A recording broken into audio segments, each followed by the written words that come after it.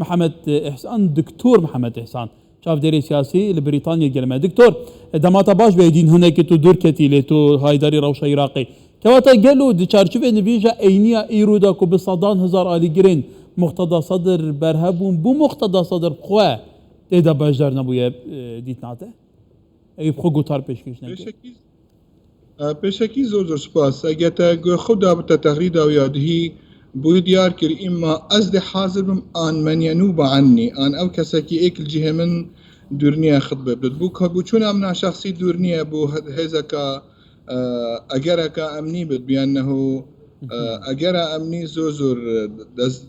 كارجري دي هبت السر أجر تبري خب دي أبرو حقيقة تنظيمك وصلاتك وبيت ريخستن الجادة بغدا هزاران کسل همی عراقی بجدار بود اما چند بود اشتاکی دیارت که بیانو عراقی حقیقت بیزارن بیجیانا تعدادجین بیزارن جوی نخبار سیاسی صدر ابرو که همی کسی که پتر شد خلقی بین تسر جاده اما دیارت که حجم قوتاوی چند در سر جاده عراقی بو چون امنا شخصی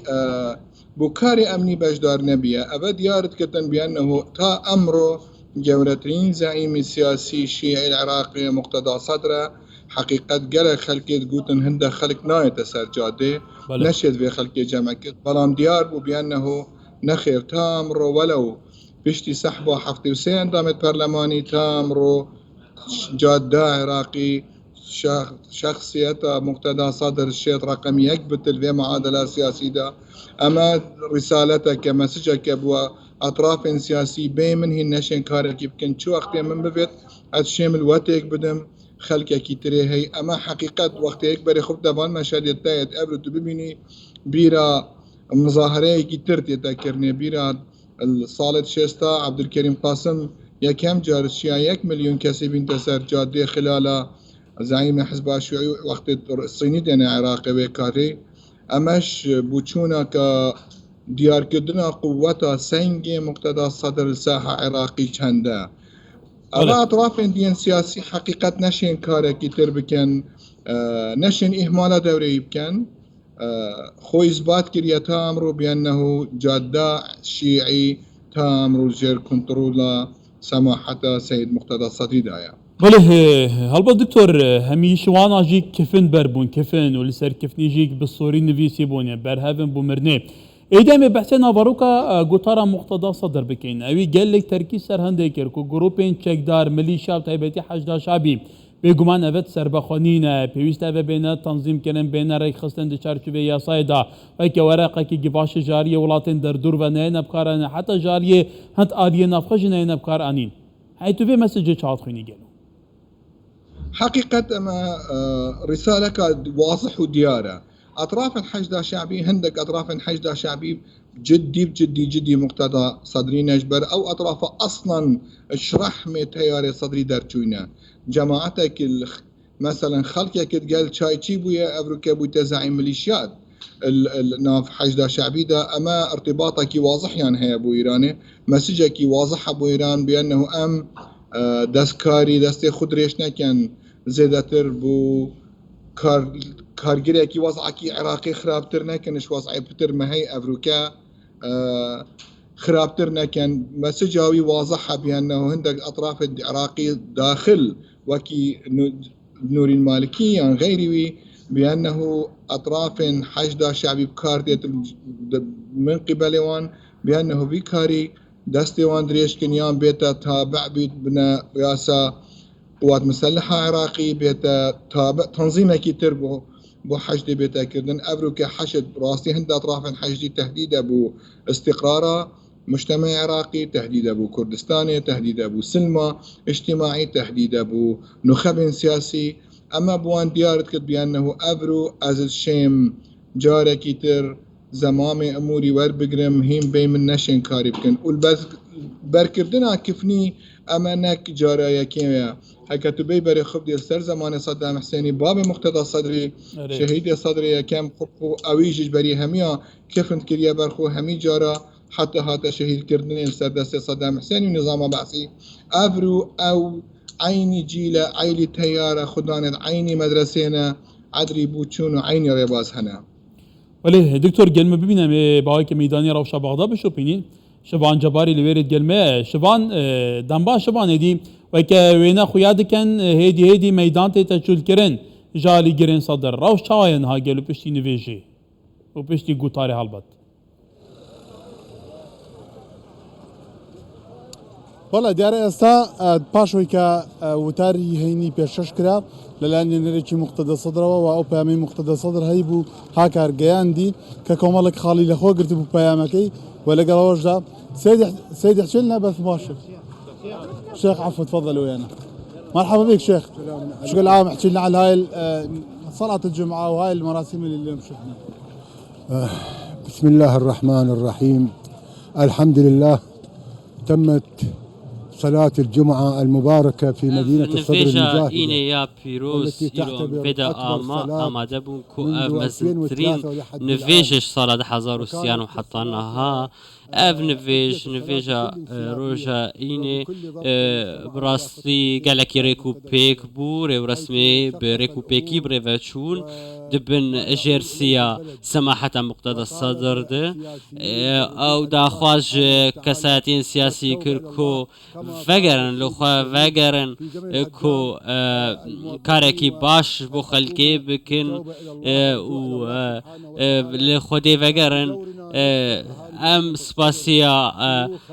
خلقي باجاري صدر دكن تجوان بن كالامير بن جن بن زاروكو پیشوازی ما کرن دلی خوش مره فکرن مالی خوش مره فکرن کو ایرو وک ام الویدا آماده بون بمليون کس الویدا آماده بو خوارن آف جمره پیشکش کرن خدای مزن دو خوازن کو نویش کرن کو جبصرا و جباز پارزگه دنیا عراقی هاتن کو وگرن جه خو سلاف تشكيده هاتي اج عمارة هاتمه عددكم وايد اللي جاي من عمارة حجمارة وقالك ويش عمارة هاتي از تكارم بيجم همو خلقي عمارة لفيدا آماده بون بباس بهمو تشتي لفيدا آماده بون ام هات نجبو بشتاق اشتفانيا نفيجا يقرتي ياكو سماحتا مقتدى الصدر داخو زاوية كربو يعني خطبة مال يعني اللي بتسام بها الرسالة مال السيد ناميك مقتدى الصدر هبو وكو ولاتي نارينا تشبو للسربيكي ام هي فيديو كو اف ياك جبو عراقي درجهك به هروها قندل كارجي نمينا سلاف جوار براسي مراسم ريكو بيك بون ام پشتوانية سماحة مقتدى صدر دكن ام آلي قرن وينه ام جعمارة هاتنا جبو ويجبو فين فيجا يقرتو يا إيني اوي كجوابي سيبوين يعني اوان زوربان حضرتك بتحكي مرحبا بك علي جاي حضرتك من وين شاتي من اطراف بغداد على امج دردورة بغداد هاتنا ام نزيكي باريزغا ديال انا بنافي خودي فسيرى الله عملكم ورسوله والمؤمنون وقال رسول الله صلى الله عليه وآله وسلم من آثر نفسه للناس آثره الله بالجنة سماحة السيد القائد سماحة مقتدى الصدر ايرو فين فيجا مليوني تخسكو همو ام يقرتي بن همو مسلمان العراقي يقرتي بن داخوازن وي همو خوشويستي افيني جبو روبروبنا قندلية كو ولاتين عراقي بكهن ما في خوين روا اوجي كهرباء آف ريوبان عروا دامزراندن نها دامزراندن هموجي ببرتيلو واسطة و خلقي ما خورتي ما درشوين زاني لقهن حطان هاجين هاتنا دامزراندن وآف يكجي براستي كارساتك مزنا او درشوين زاني لقهي هموجي وكو كاركر كاردكن آف يك چاواتي قبول كن قالو آف ناي قبول كرن براستي ما ديبونك قالك زيدة لجي بشتيقو تمام دكش زاني لقهي تمام دكا ناي دامزراندن ام دفيز او زلامي باش تجه خود به کسین در چوی زانینگاه دكسين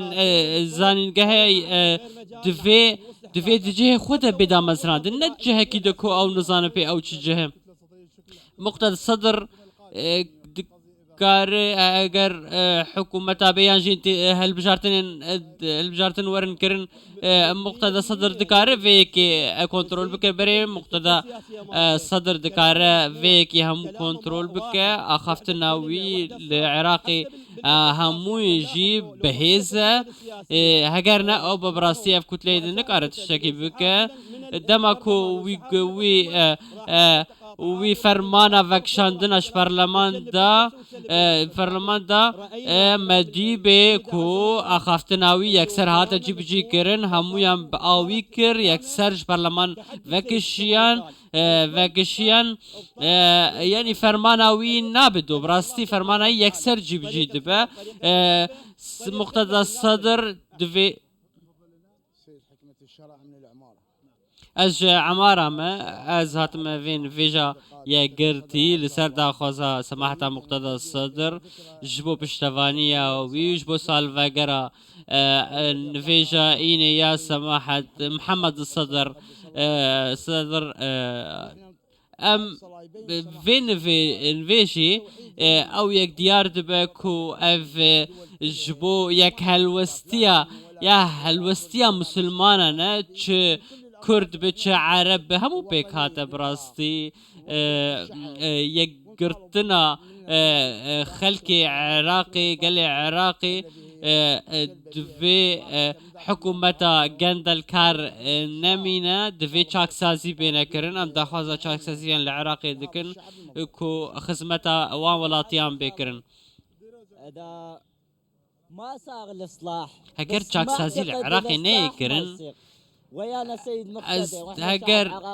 مقتدى صدر فيكي نكا تكس نكارا بك زلمنا وبهاتنا وعمامنا حشدة شعبي ام لقال حشدة شعبينا بالاصلاح نسويها بچاك سازي امي همو تشتي آوا بكن ينشهد الله بالمظاهرات وانا امي بخو بشاندانا چاك سازيان بكن ما يطلع باصلاح وانا سيب على الكعبي كواتا او كجوبيسي وين يعني توري لانجراني مقتدى صدر بويكا او حكومه ثانيه كلا ردوها دروس بنكم انا جالكم مقتدى صدر بوي امان بوزين وايا ومقتدى صدر جبو شو اما جي بيكا دواجار ابيت حكومه يك دروس بك غندل كاران بدات دادقا وكومالك يعني ولا شبان ما قلت مقتدى صدر بجدار نبي دبا قالك شبان هاتب مقتدى صدر لسر من بردي تبع سرنجام چیه گلوکو صدر بجاری بیجنه دنگه که باشی نگاد چونکه یکیک لو پیمانی که مقتدى صدر بوی ایدین لموجا وکو همه تکرایگا زوربی هینی کان هولی اوادن که بابلین نجی هینی با کمال انجام دن لشون جوازکانی عراق و به دیاری کراوی لبغداد و ناوچی صدر هولی دوباره کردمی ام جوره بابلين نيوجانا ددري بويا امانيش لقل اويان وستوك ساش كجيبسي بين متافقين بهمان شو بو ان داواكن كان يعني بردام بيبم جور نيوجانا بدي چونكه وكو اماجش بيك كومالك يعني بابلين سيد مقتدى صدر كومالك بابلين بيشنياز يبو وكومالك مرجي ابو بيكناني حكومتي داتو اگر امانه لسر حكومتي داتو فرض نكتا وحكومتي داتو نيتواني تشتجير باري او داواكاري سيد مقتدى صدر هو وكو غنجا اماجي بيكر الله يما بتشك وبخيني خماندين وسر شقاب حكومة الرخيرين بويا يعني تورين باولين لانجراني مرتضى صدر لم وتاري هندي امر دا يعني هو البنيو كي بيو ديار باشويكا وتارك طاب ملكات يكا بو كبيش وتار وتاري هندي بكمال يعني بيني من خريج بو قشت واسيكا قرجي دروزي بو لسر زوربي بالخانه كان وجروبكاني سلام سلام الله فكره بو كابتن ككنترولي باردوخي نيو او غوربانا كان كشقامي فلاحين يجهني كذا انجام درا بله سپاس شما بتو دردور انت وان آلی گرین صدر کو بماغوی بله هجاره کدن چما جم دكتور محمد حسان دكتور هجاره کدن كان بحث نافاروكا پیاما مقتدى صدر كان تایبتی دو توقیده دا توزانی عراق د چراوج دا در باز دبه تایبتی هولدانن چارچوبه هفبندیه بو پیکینانا حکومته کو اوجی لهفنا كان حتى زور جار سرنج سرنده هيا کو هدف چارچوبه حلو شيت اصلا اف پیمانیه نمینید كواتا وقت صدر جد بيجا كو اوين تاقي تاقي كرن نابد جارة قدم بين تاقي كرن و قالوا اف مسجب تايبتي بوكا تشاد خويني اف مسجب تايبت بو دولتي رئيس وزراء نوري مالكية بيانو جاركي تر أجتو خود تانيت هاتو برئيس وزراء أسري كينات متى حقيقة دو تشتين جلك مهم في حفتي دا أجر بشتي سحبة تيار صدريش برلماني تيار تنسيقي نيات يعني هبي بيستي في مانجي حكمة تشكيل كن هيكل أو تسريبات سي تسريبات فيديو يبدأ نوري المالكي نبوانو أم صلاة جمعة نبوا نيات يعني هبي بيستي مانجي حكمة خو تشكيل كنو به هيج كسك كرت هاتن سر جافا مقتداهات سر جافا یا نهات نگلک خم بیابوان بلان وان حادثه همیا پیک و ویان کربیانه و نخیر افکار نایتا کردن خلافات تیار تنسیقی گلک نا بین آن خدا اگر تو ببری خوب دی صحب کردن هادی عمری بیانو از کابره حزد کرد بتا رئیس وزراء بس بلاخ بری خود تی هکه بتا رئیس وزرائیش دی بتا رئیس وزراء که ضعیف به صدرین نوری مالکی ابروکات نیتك جديها بتا رئيس وزراء جارة كتير يان كابره كيف كتا رئيس وزراء زير آلاوي ببد أم بن عباي ببد أم بن جاكيتي ببد رئيس وزراء أمش همي بيك بتعقيدة تياري تنسيقي باور كان أبرو خلافات يتوان جلك بترنش هر السر تعامل كردن قال مقتضى صدري نقطة خلافية تعامل كردن قال كردستان نقطة صدرية كيد يبقى رئيس وزراء نقطة صدرية آيا بحكمته مو بردام بتيان بردام نبت نقطة خلافية خلافات توان زور ترنش حجم أولي بديار كن يام بيتاخبن او گرتا دنگیا بلا بوي دكتور تو شاد شوبيني قالوا تا غوداركي او گرتا دنگیا نوري مالكي دما قال بتندي بحث صدر ديكه سرنجاتا بويك او دي او حتى بيانا انكار ناك بيجت انكار كريا بلان بوچونا منا شخصي نخير ابا دنگيوية ابا بوچونا ويت شخصينا ابا ناخفتناوية الهميجها عيني بوچوني هيا السر كردستاني عيني بوچوني شيا السر سماحة مقتضى صدر ابا اخفتنين وينا او چند انكار جكت حتى هكر مدبلج جبتن بلان ابا بوچونين وين حقيقينا السر وضعي سياسي أما حقيقة إثباتت بأنه خلافات قولنا بين تيار سياسي دا ومشهدك معقد ترى هكا بيبتشوني من عراق برانبر جاركي تل هالبجارتن هكي تر بيتا كردن بلام هالبجارتن بيتا كردن في قانون انتخابي في مفوضياتي دي عيني مخرجات دي وكي في خراب تردلين بيتفيا أمن كردستاني تأكيد يبكين سر تعديل كردنا مفوضية انتخابات تعديل كردنا قانون انتخابي بوشوني بل دكتور ما بحثين جبت ليه هر جاره هالبجارة انت كان العراق زحمة ترين بروسيس هذا سنشان كنا كذا كابو سرك وزيران ويالوي بزحمة حتى آلي الريد كابن كواف كسا فعلا بيت تثبيت كرنو لبرلماني دوكو بيويز دنگان بتثبت بينيت في جاره خوش هالبجارتن بر وقت بنا توزاني هالبجارتن بر وقت بود آد نکردن جبرکو پروسس سیاسی عراق با آیه که ناتندروز بره بدو چو پرزگری که بونه بگمان خانشاندانی 2019 بونه که واتا اوه پیتری نه مه در باز بون ایش تا حکومت نهاد که پیکینانش خواه مختصاص جی لپارلمانی و کشا توزانی که واتا دوی چارچوی دا همشین چا پروسس سیاسی بتایبتی پیواجه پیکینان حکومت بشو پینین گلو بروسس سياسي